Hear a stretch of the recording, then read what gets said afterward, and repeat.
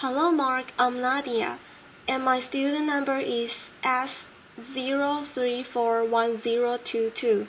Today I'm going to read this article for you, and the title is Great Read: The Nightmare Outcome of a Son's Mental Illness by A.B. Sewell.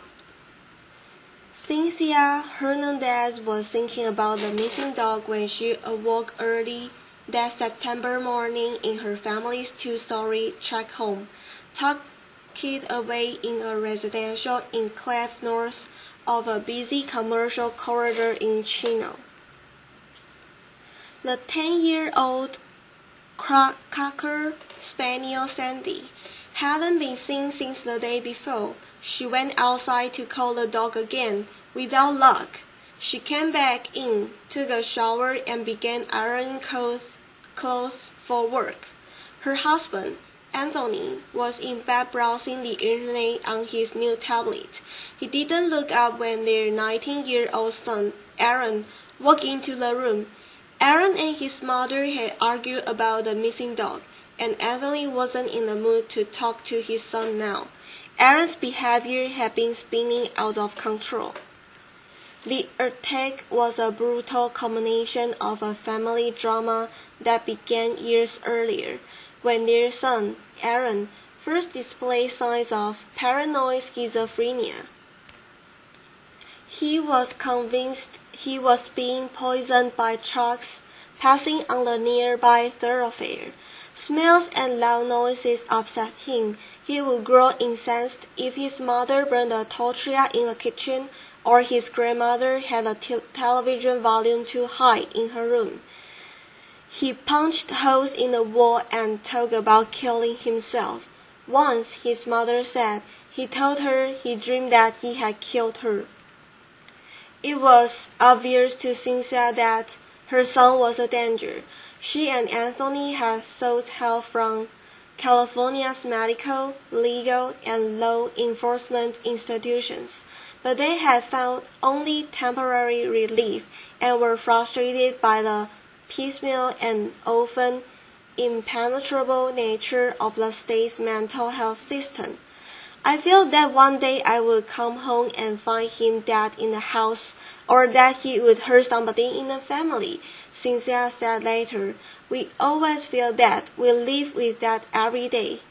On that September day, Aaron woke up to his father as he sat reading in bed and raised a baseball bat above his head. The youngest of 3 children, Aaron was an artistic kid who loved playing guitar and a video game. Halo, a lifelike drawing he made for his grandmother of Sandy, the Cocker Spaniel, stands out in a collection his family keeps. In middle school, he began using marijuana and later hallucinogen. After repeated attempts to control his drug use, his parents decided it was linked to an underlying mental health problem. Psychiatrists began offering assessments of what Aaron's trouble might be and finally settled on a diagnosis: paranoid schizophrenia. Aaron's father was well aware of mental illness.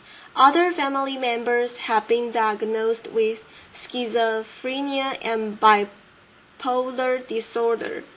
In the 2 years leading up to that September morning, Aaron and his parents had been stuck in a nightmare cycle. He had been taken to a psychiatrist hospital at times on 72-hour involuntary hospitalizations, known by police and mental health workers as a 5150 hold. I felt that one day I would come home and find him dead in the house, or that he would hurt somebody in their family. The forced holds are reserved for people who pose an immediate danger to themselves or others, or are too mentally ill to care for their own basic needs. They can be extended for 14 more days, or sometimes longer, when a patient is found to need more intensive intervention. After a few days or at most a couple of weeks in the hospital, staff will release Aaron and he will refuse to follow up on treatment and deteriorate again. In the most extreme cases, a court may order the patient placed under a conservatorship, allowing a family member or other court-appointed person to make medical decisions on their behalf for a year or more. In many cases, that means placing the patient in a locked psychiatric facility and sometimes forcibly administering medication. But how the state law is applied by each of California's 58 counties depends on the money and beds available and the philosophy of county officials, doctors, and judges. What has in essence happened is that every county has sort of craved the rules that meet their needs the best, says Sherry Krakenberg, Vice President of Behavioral Health for the California Hospital Association. The result, she says, has been very divergent applications of people's civil rights from county to county, city to city, hospital to hospital, and even from physician to physician. Some counties report high rates of 72-hour holds but rarely hold patients longer. Others detain fewer people but keep them longer. And some counties are far more likely than San Bernardino County, where the Hernandez family lives, to initiate the conservatorship process when a patient is referred to them. A few California counties, including Los Angeles and Orange but not San Bernardino, have begun to implement low-RAS law, a measure that permits courts to order outpatient treatment of people with severe mental illness. The law's criteria are less strict than those for conservatorship, and it does not require patients to submit to involuntary medication. Cynthia Hernandez with her son Aaron on a trip to Big Bear. Aaron, who suffers from paranoid schizophrenia, has pleaded not guilty to charges of attempted murder and animal cruelty. Hernandez's family. Still, some civil liberty and patients' rights advocates have argued that this expanded use of forced treatment infringes on patients' rights. Melinda Bird, Director of Litigation of Disability Rights California, says the real breakdown in the system is that there aren't enough voluntary treatment service and too little effort made by healthcare providers and county officials to engage people like Aaron in the existing programs. No one has shown me an individual who could not be engaged if approached in a way that made sense to them, she says. You don't need to force treatment. It is ultimately counterproductive and incredibly expensive. State Assemblywoman Susan Eggman, D. Stockton, who wants to expand the use of low-RAS law, points out that people whose mental illness goes untreated often end up incarcerated. We see this as a way of potentially increasing people's freedoms, she says. Unable to control Aaron, his parents kicked him out of the house twice after he turned 18 in 2013. During the first stint of homelessness, he was arrested on charges of indecent exposure and having an open container of alcohol. The case is pending.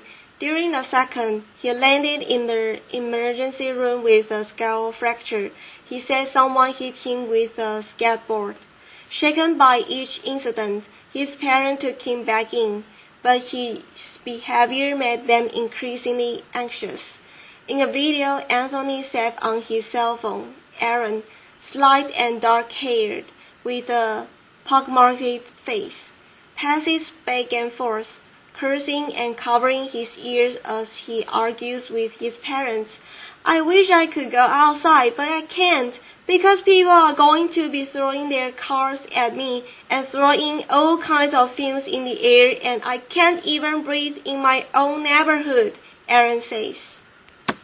Anthony and Cynthia wrote up a document outlining their son's medical history and said they would bring it to Canyon Ridge, a private psychiatric hospital in Chino, each time Aaron was detained there. They wanted the doctors to make a referral to the county of San Bernardino, which would then decide whether to file a court petition seeking a mental health conservatorship for Aaron, but Canyon Ridge never made that referral, Anthony and Cynthia say. Representatives of the hospital did not respond to repeat requests for comment. Advocates and healthcare providers said there can be disincentives against doctors recommending conservatorships and counties pursuing them, including the strict requirements for a patient to qualify, the time it takes a doctor to argue the case in court, and a shortage of long-term beds for psychiatric patients. Even in cases in which the provider recommends a conservatorship, the county still has to make a decision to pursue the case.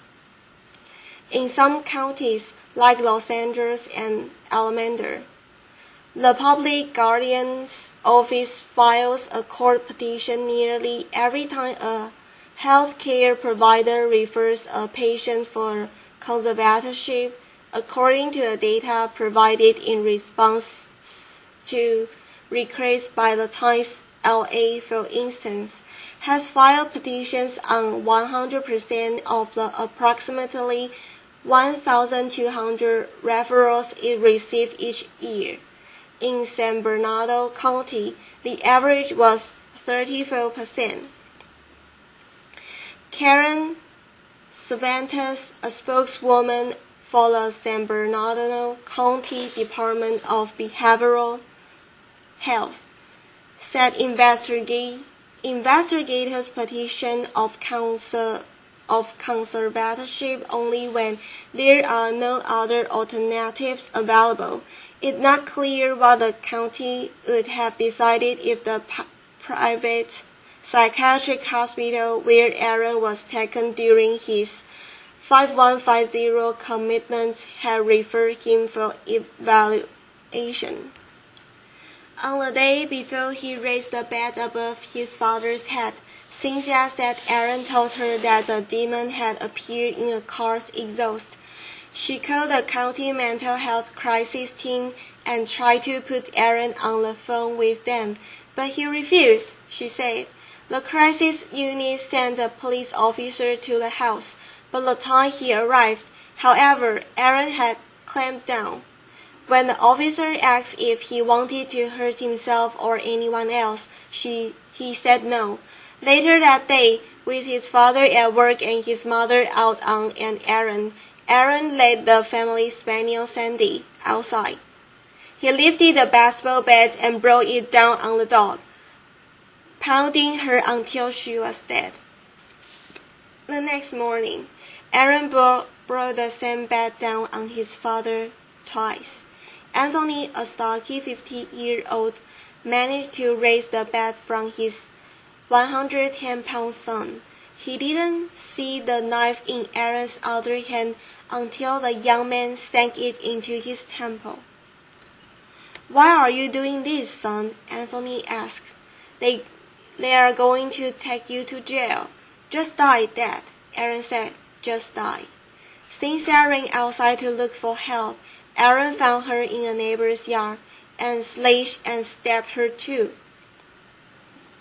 Emergency room doctors were able to stitch up Anthony and Cynthia's wounds, including one gash on the mother's neck that barely missed an artery. They pulled a fragment of the knife from her scalp.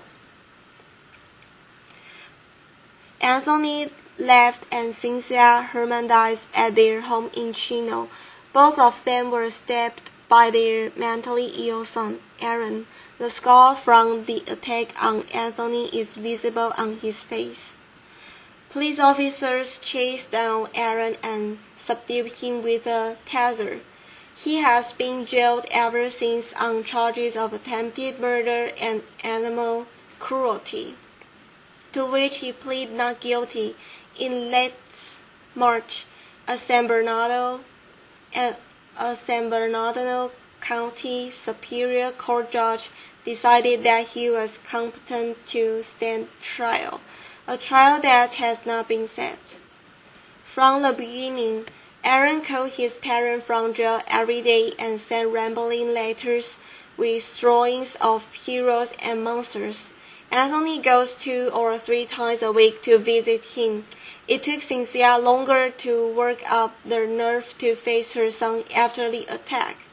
Aaron's brother and sister do not speak to him. After a couple of months in jail, Aaron began taking medication. His letters changed, becoming more coherent. His parents say he began to write about feeling remorse. Both parents say they want their son to go to a state hospital for treatment, not to prison. I'm almost relieved that it happened this way, because now we are going to have something down, Anthony said the week after the attack, a stitched-up gash running all the way from his eye to his ear. Which is odd to say and strange to feel this way, but this is what we are left with. In a jailhouse interview with The Times, Aaron chokes up when he describes killing Sandy. I thought, I can't believe this. I just took my dog's life that I love so much, he says. It was the evil within my trying to take over the so-called anger I had stored up inside of me. The same bat could have killed his father. He says his mind is clear now. I wish I could go outside, but I can't, because people are going to be throwing their cars at me and throwing all kinds of things. I'm really thankful that my parents are still here. Abby Swale, LaTimes.com. Times staff writers Sandra Poindexter and Doug Smith contributed to these reports. Thank you for your attention.